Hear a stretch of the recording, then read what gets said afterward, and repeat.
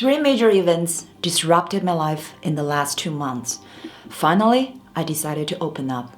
It's really quite hard for me to come here to share my personal struggle with all of you, but I think I need to. And also, there's a story about why I am wearing the sweater I'm wearing today, and I will tell you all about it. Let me start with the week before Thanksgiving.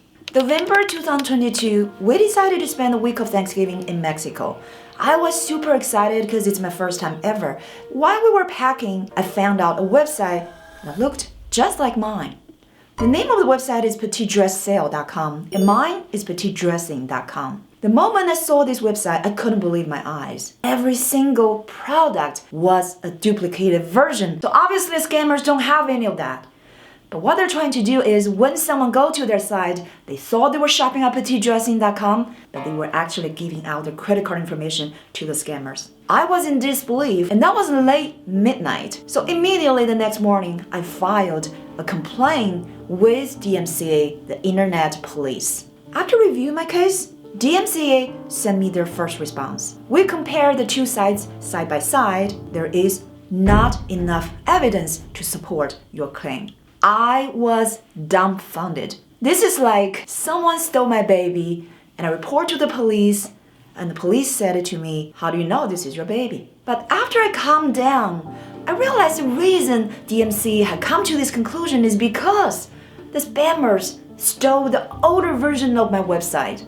So when DMC comparing the two side by side, they're not gonna see the exact same matching images. So therefore, I had to give them the proof. So we went back to our archives and we were lucky enough to find 20 images that match exactly what they had stolen. This case right now is still ongoing. DMCA accepted our claim that this website is a complete duplicate of ours and they have filed a takedown notice to the host of the counterfeit website, but right now that website is still active. And I have no idea that was just the beginning of a long nightmare. So we went on our trip to Cancun. Beautiful sunshine, nice beach, friendly people. We were enjoying everything in our hotel. This was day 4 of our trip. I woke up in the morning, checking my email as usual, and then I saw this email. Your Instagram account has been hacked. Send me money and I will give it back. I couldn't believe my eyes. I immediately went down to the business center, opened my computer, and tried to log in. And of course, your password is wrong. Obviously, the hacker has changed my password, so then I tried to reset my password, hoping I would be able to recover it. But then it told me this account does not exist. My initial reaction is there gotta be a way for me to report this to Instagram and someone can help me recover my account.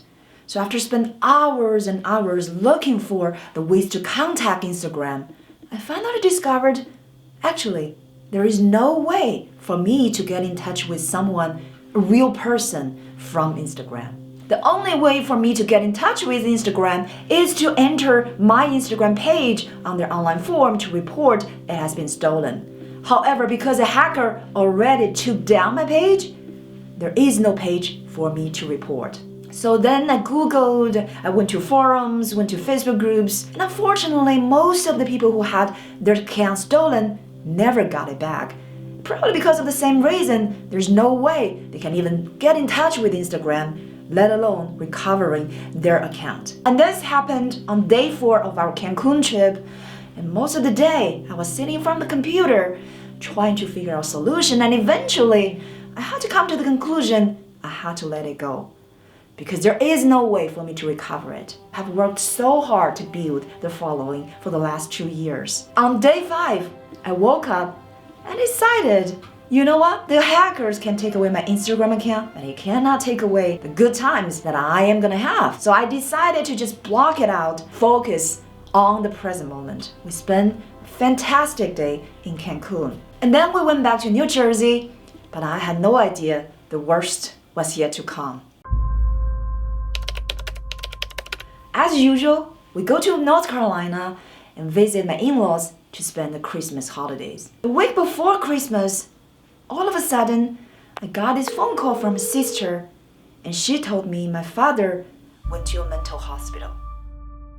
My dad had me in his 40s. Of all my siblings, I'm the one closest to him, and he has always been my best friend and my confidant. At the time, he was living in China by himself after my mom passed away. Because of COVID, I was not able to see them for the last 3 years, but I have been talking to him on the phone almost every day until we left for Cancun.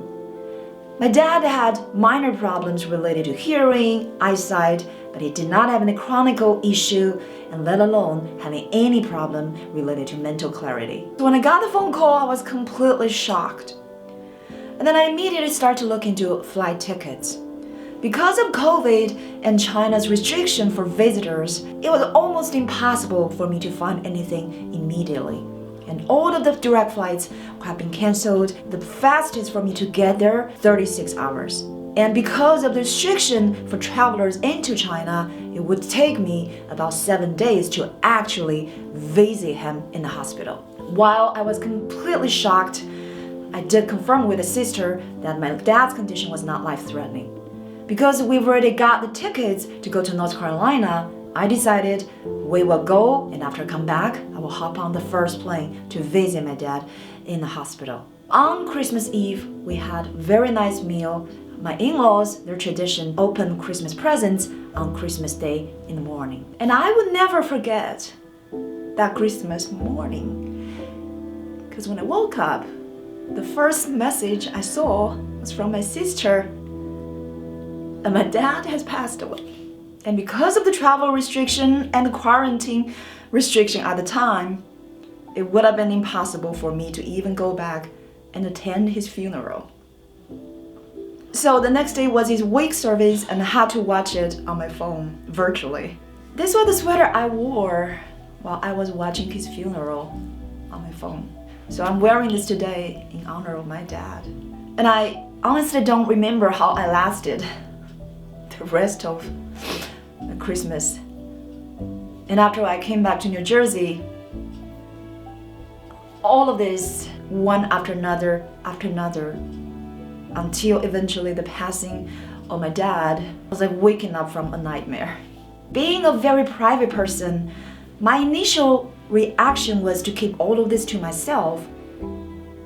But eventually I decided I should come here and share this with you because one, this is part of my healing process, is to face it. And two, perhaps some of you need to hear this message.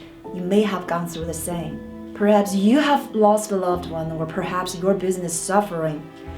Life can all of a sudden throw curveballs at you like this, and it can be fearful.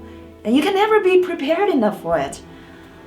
But what I want to tell you is that just like me, you will go through it and you will be okay. You will come out on the other side only stronger. The moments before the dawn is always the darkest. But just remember, the sunrise is just moments away. And light will shine through and the darkness will disappear. My name's Chi, and this is one of my stories.